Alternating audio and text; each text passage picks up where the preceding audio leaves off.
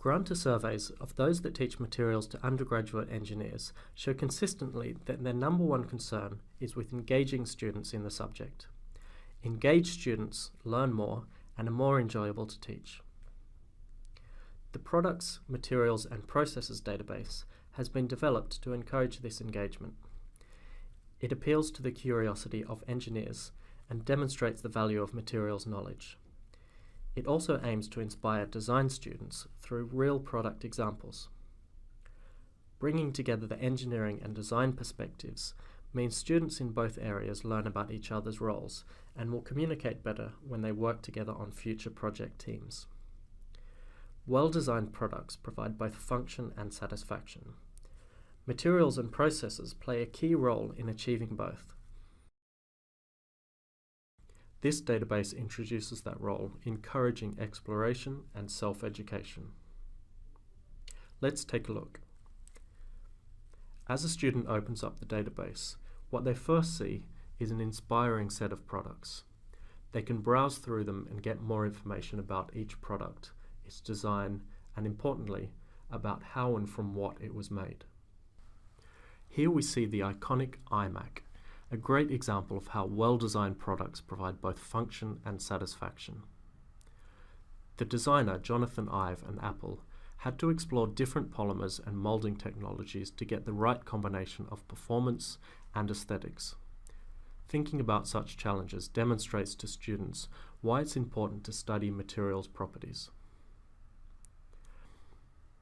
Here's another example, the Smart City Coupe, whose polymer body panels reduce weight and can be coloured, removing the need for paint, which can chip. When we open the material record from the product, we have two ways to visualize its datasheet, the designer's view and the engineer's view. The default is the designer's view. An image showing a typical use of the material is followed by a description and composition information, then density and price data followed by aesthetic attributes. Aesthetic attributes are things that students can understand easily, such as warmth or pitch, but that are determined by physical properties. A science note allows students to explore this relationship. Now let's take the engineer's view of the materials data in the database. Here we can quickly access reliable data across the whole range of different materials. Data is available on mechanical, thermal, electrical and eco properties, as well as durability. Design guidelines and typical uses of materials at the end of each record help the student gain context and relate these properties back to the function of the product.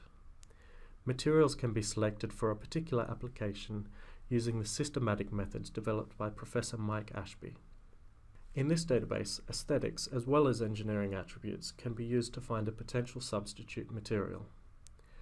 Links to information about which processes can be applied to a particular material are helpful in narrowing down both material and process choices.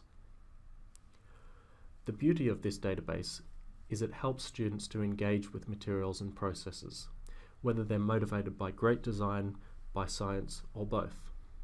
So the design student gains material knowledge and the engineering student gains a new perspective on the importance of material properties. Follow this link to arrange a demonstration to find out more about the database, how to access it, and how, together with its associated teaching resources, it can support your teaching.